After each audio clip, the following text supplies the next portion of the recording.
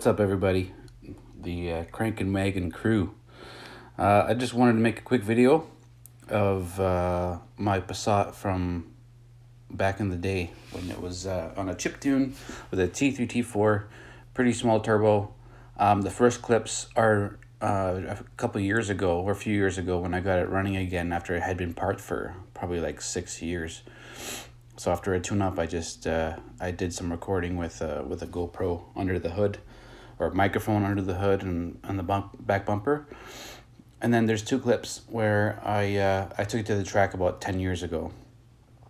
So the car usually ran. I always ran it on street tires, and it usually always ran in the 13s, like mid to low 13-second range.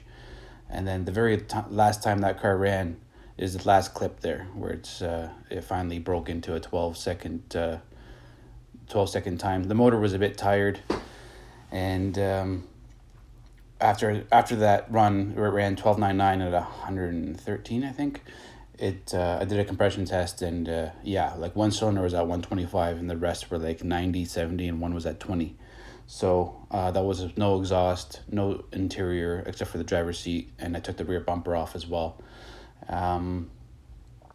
So yeah, anyways, I just wanted to make a quick video just showing that, because we're gonna have way more VR6 turbo stuff coming, and I just figured I'd make a video showing how slow the car was compared to what it's gonna be. All right, enjoy. Thanks.